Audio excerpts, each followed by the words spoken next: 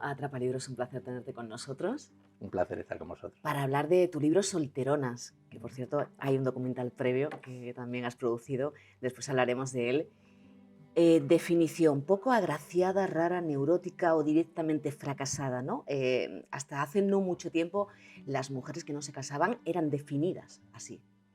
Sí, la verdad es que si igual no somos conscientes directamente, porque el concepto solterona o el término solterona tiene una carga negativa inmensa, pero en realidad nunca nos han dicho, oye, solterona malo, sino que lo hemos aprendido de esa manera, pues, que hemos leído definiciones, siempre cuando nos las representan así, nos las representan como la mala, la fea, la envidiosa, la desgraciada. Entonces, claro, al final todo eso lo hemos ido aprendiendo y en realidad el concepto que sentimos de la palabra es ese, el que tú has descrito.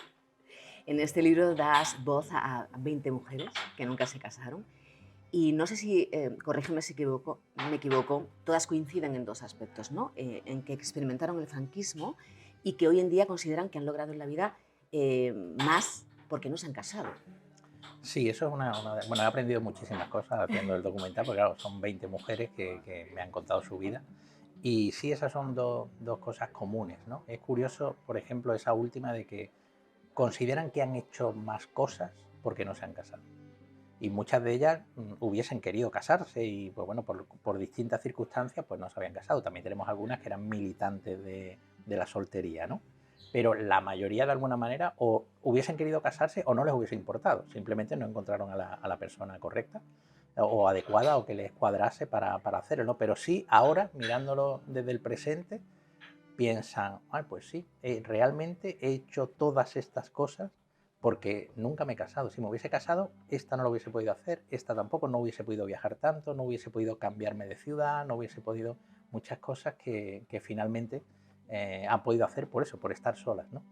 Y Manuel, para el desarrollo de esta historia, escogiste Andalucía, ¿no? Y Castilla-La Mancha, ¿no? ¿Por qué? ¿Por qué esos sitios y no otros? Eso es del documental.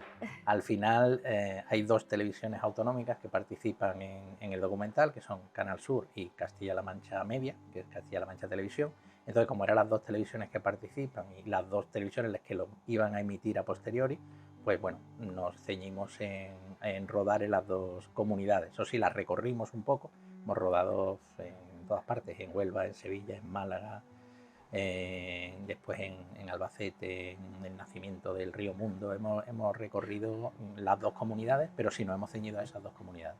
Supongo que eso dio bastante material como para decir, es que tengo que volcar el resto en un libro.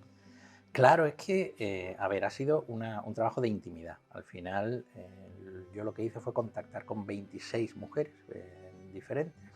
De estas 26, 6 me dijeron que no, y las otras 20 sí, se prestaron.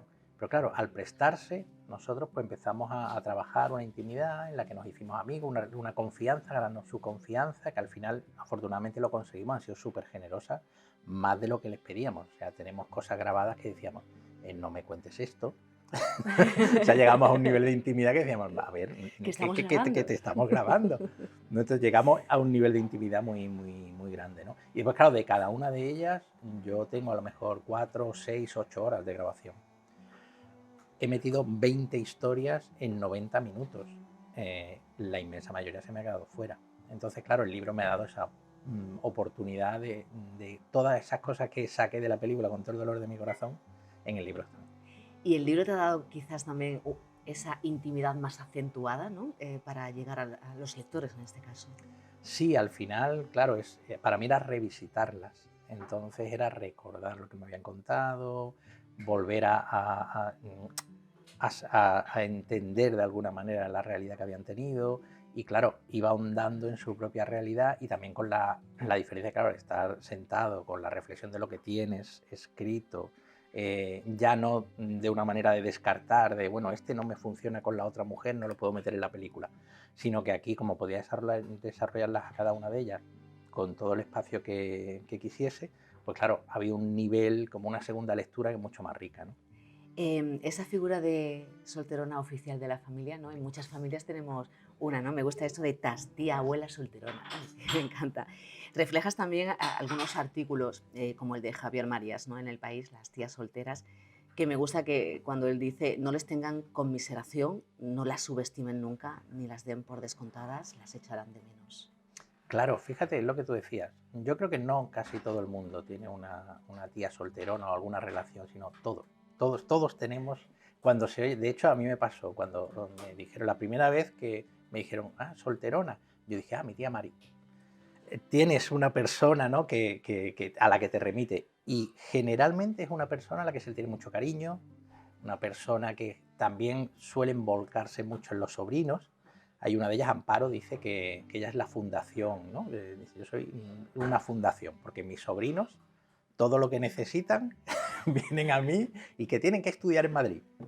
Pues nada, yo me encargo. Todo a lo que los padres no llegan, las tías, las TAS, sí llegan, ¿no? Entonces, claro, son personajes, fíjate, ¿no? Lo curioso, que son personajes muy queridos.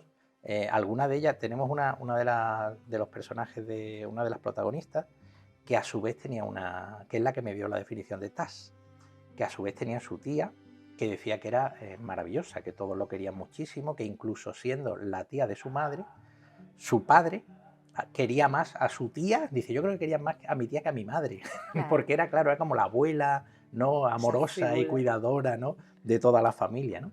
Entonces, incluso con ese cariño que se les tiene, sin embargo, cuando tú oyes solterona, tuerces un poquito el gesto, como diciendo, oye, tiene un pozo amargo la palabra. Sí, incluso se puede utilizar como insulto, ¿no? Para Sí. decírselo a una mujer. Sí, bueno, en realidad de alguna manera ha sido un insulto. Un poco velado, pero era una manera de insultar sin insultar directamente. Pero lo era, o sea, la carga negativa era brutal. Y el discurso que vivimos de igualdad plena no es cierto, ¿no? Porque ¿cómo te miran socialmente, por ejemplo, cuando se te ha pasado esa edad de merecer, ¿no? Que vaya expresión, o el arroz, y encima no has tenido hijos, ya estigmatizada total. Sí, eso ya es lo peor. Si ya no has tenido hijos, ya es que, bueno, si siempre que no hayan sido hijos fuera del matrimonio, que entonces ya es que ya eres una perdida, ya eres, pues ves, es que sí, la verdad es que es, ya te digo, que es una cara, y me he ido con lo de, perdóname. No te preocupes. Mira, hablando del término y tal, que me ha llamado la atención porque no lo sabía, en tu investigación descubres una de las primeras veces que el adjetivo solterona aparece en la literatura, ¿no? Sí. En una autobiografía escrita por un sacerdote.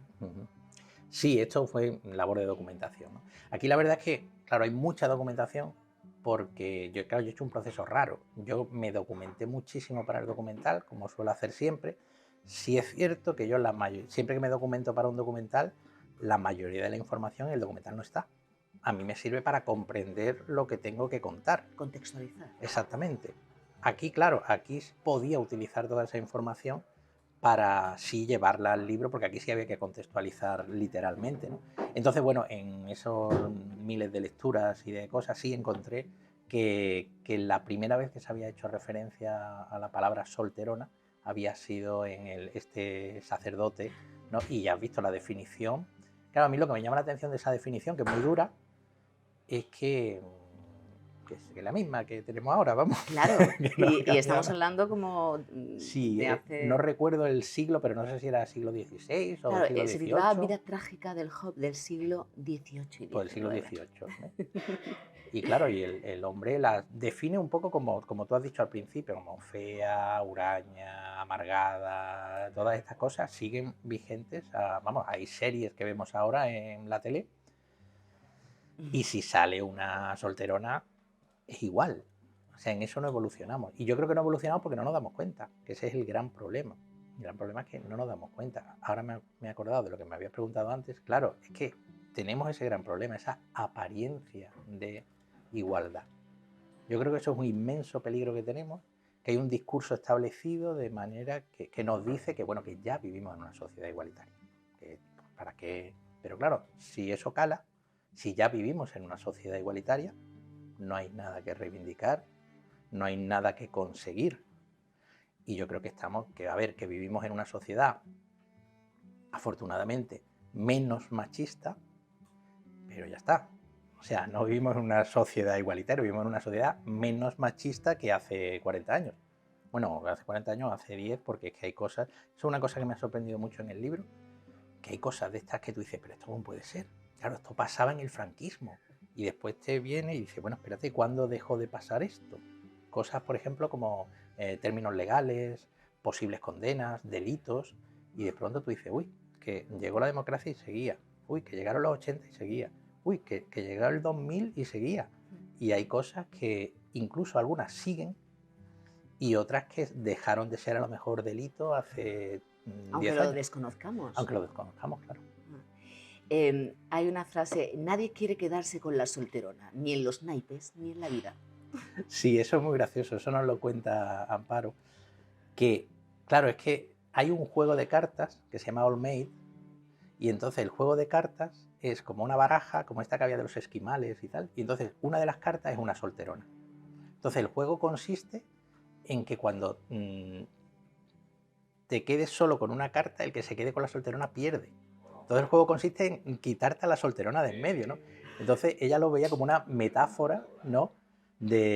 Como una metáfora de lo que es la realidad de la Hasta en los solterona, juegos, ¿no? ¿no? Claro, hasta en los juegos, pero es lo que te digo, es esa pedagogía invisible, ¿no? De que, claro, todo esto está por ahí por debajo, son todas esas cosas que aprendemos sin darnos cuenta, ¿no? Por eso muestro lo de los libros que hemos leído, las películas que hemos visto y demás, ¿no? Porque yo creo que la clave está ahí. Es que hay muchas anotaciones de libros de otras mujeres, de otras autoras. De hecho, hay una reflexión de Cristina Peri Rossi brutal, que es una madre hablando con una hija, ¿no? Y ella le dice, ahora tú contextualizas si quieres, las mujeres estamos encerradas en la palabra hombres. Acéptalo así. Hay cosas que no son fáciles de explicar. Sí, la verdad es que eso es una cosa que encontré, curiosamente lo encontré en Twitter, y vi un hilo y venía eso, y digo, hostia, que yo estaba escribiendo el libro, digo, pero esto es brutal. Ya busqué de dónde había salido eso y había salido de un libro que ella publicó, y claro, es que dice muchísimo esa reflexión, porque claro, es una niña que en el colegio su profesora dice todos ¿No? los hombres se mueren, ¿no? Son mortales. Son mortales. Entonces ella dice, qué bien, las mujeres no. Y entonces cuando le dice a la madre, mira qué bien, la madre dice, no, no, ese hombres encierra a las mujeres. Y está muy chula la reflexión que ella hace. Dice, La palabra entonces, encierra. encierra, claro. Y además la reflexión que ella hace, dice, entonces mujeres también encierra a los hombres. Y le dice, madre, no.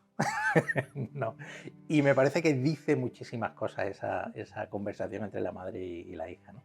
Y Manuel, el hecho de que estas mujeres se hayan quedado solteras, eso no significa que no hayan tenido un gran amor en su vida. Por ejemplo, empiezas con Mariam, ¿no? De 93 años. Antes decía, unas quisieron casarse y no pudieron, y otras eligieron no hacerlo. El caso de Mariam quizás si se hubiese dado la situación. Sí, no, Marian no se casó. Marian es un ejemplo, es la más mayor de todas las que tenemos. La mujer tiene una lucidez brutal, pero brutal. Y claro, además ella lo vive con todo con una naturalidad, como es que no, esto era así. Y ella tuvo una cosa muy, muy gorda, que explica muchas cosas, porque ella tenía su novio formal de la época, de estos que te das el paseo, y vas al cine, además ella era de un pueblecito, y entonces pues tenían que la sacaba, iba a recogerla a su casa, o sea, todo muy formal, y todo muy encaminado a que, bueno, que se iban a casar, era su novio. Y de pronto, un hermano que tenía 3 hijos, la mujer se va. Entonces se queda solo ese hermano con los 3 hijos. Entonces, claro, en esa época, un hombre solo no puede criar a 3 hijos. Bueno, ni a uno, es que no, eso, claro, eso es cosa de la mujer. Entonces, hay un cisma familiar, porque es como, bueno, y al final le piden a ella que se haga cargo de esos niños. Y bueno, de esos, los niños y del hermano. Se convierte en la madre, en el ama de casa. Y con toda la naturalidad del mundo, deja a su novio y dedica su vida a cuidar a sus sobrinos. Y a mí lo que más me alucinaba es ya te digo, la naturalidad con la que ella te lo contaba, como si eso fuese lo más normal del mundo, ¿no? Como, bueno, claro, es que esto era así y tenía que ser así. Y ella a día de hoy sigue convencida de que no hizo nada malo. piensa que posiblemente, que hubiese sido, ella está convencida que hubiese sido muy feliz con su marido, porque además lo quería mucho, y él lo que la quería mucho a ella, eso no lo repetía. Pero claro, fíjate y a mí lo que más me llama la atención es que todo esto, no estamos hablando de la Edad Media. Esta mujer tiene 90 años, vale, pero bueno, tiene 90 años, o sea que de esto hace 30 o 40. Y ya está, o sea que esto es de antes de ayer. Ahí está ese testimonio. Bueno, luego tenemos, vamos a dar un par de casos. A Tami, ¿no? Con 70 años, me encanta. Ella ha vivido su vida. Dice, yo lo he probado todo. ¿Tú sabes lo que es el cubing? ¿No? Pues búscalo en el teléfono. A ver, básicamente es lo que han hecho los hombres toda la vida, estar con chicas más jóvenes. Y eso es lo que hago. Sí, no, es que también es que eso es una fuerza de la naturaleza. A mí me encanta una reflexión que ella hace. Porque ella sí ha sido soltera por convicción. Ella ha tenido 200 millones de parejas, pero ella es soltera por convicción y ella consideraba que, ella sí ha tenido siempre muy claro que casarse era encarcelarse, ¿no? Decía, no, yo quiero hacer muchas cosas en la vida y como me case, no lo hago. Entonces me encanta una reflexión que tiene y dice, claro, es que yo lo del amor libre me lo creí. Dice, y después fui comunista. Dice, yo el comunismo me lo creí de verdad. Entonces, claro, si te vas a los preceptos, pues sí, claro, amor libre, todo esto. Y después se le iba desmontando un poco de, no, la sociedad va por otro lado. Pero bueno, ella, sus convicciones son firmes y vamos, también un prodigio. Los lectores y lectoras pues conocerán, aparte de Tami y Marian, a Teresa, Inés, Raquel, Mónica, Marisol. Tenemos que decir que son nombres ficticios, ¿no? Sí. Y cierras con Amparo. ¿Por qué cierras con Amparo? Porque Amparo está en la concepción del libro. O sea, Amparo es otra fuerza de la naturaleza. Además, Amparo Quiles, que ella sí es Amparo. Amparo sí es Amparo. El único nombre real es Amparo. Y bueno, ella es una profesora de filosofía y letras de la Universidad de Málaga. Y fíjate que todo esto empieza, el libro empieza porque estábamos rodando La Sin Sombrero 2 y íbamos a rodar en Madrid una entrevista a Nuria Capdevila sobre Elena Fortún, porque ella es una experta en Elena Fortún. Y cuando íbamos a rodar, me dice Nuria, oye, Manuel, tú eres de Málaga, ¿no? Digo, sí. Dice, ¿conoces a Amparo? Digo, bueno, vamos a ver, Málaga es muy grande y muchas Amparos. No sé, y digo, no sé, Amparo. Y dice, sí, es que Amparo es una profesora de la Universidad de Málaga y ha hecho una publicación sobre las solteronas. Y en ese momento yo dije, porque además, claro, La Sin Sombrero 2 habla de las mujeres de la generación del 27 que cuando acabó la guerra civil se quedaron en España. Entonces, claro, yo vivía en la posguerra. Yo en ese momento que estábamos rodando, estábamos inmersos en el documental, yo vivía en la España de la posguerra. Y claro, en ese momento cuando pensé en mi tía Mari y después dije, uy, en este contexto, claro, si de pronto la mujer ha vuelto a ser el ángel del hogar y su función en la vida es casarse y tener hijos, claro, la que no lo ha hecho. Digo, eso es un peliculón. Y entonces cuando volví busqué a Amparo.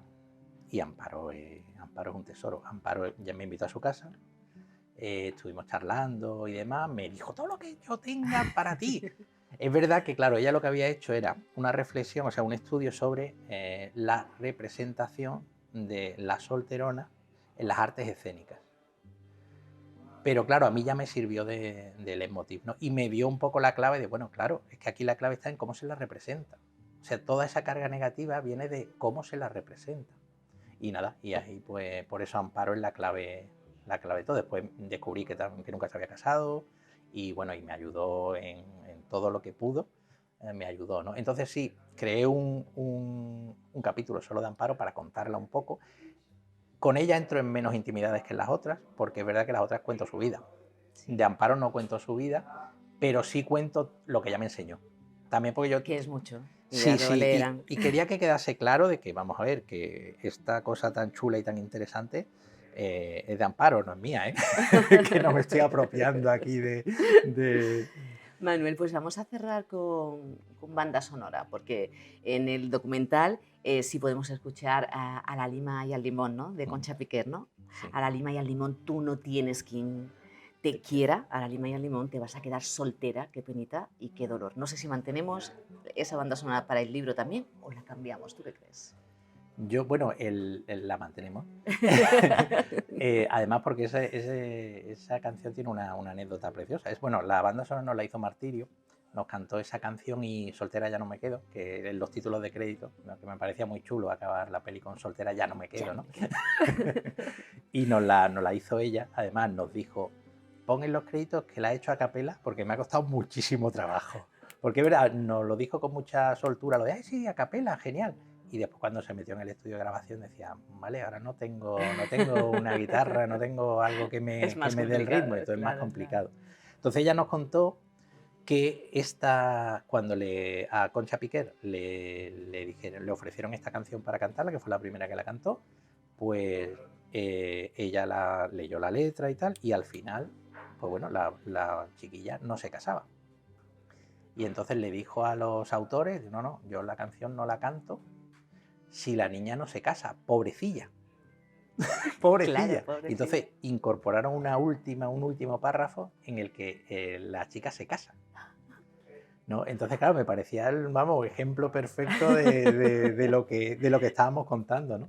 Pues muchísimas gracias, Ujú. Manuel Jiménez, por este libro y por esta charla hablando de solteronas. Es un placer y nada, que tengas mucho éxito. Nos veremos en la próxima. Igualmente, muchas gracias.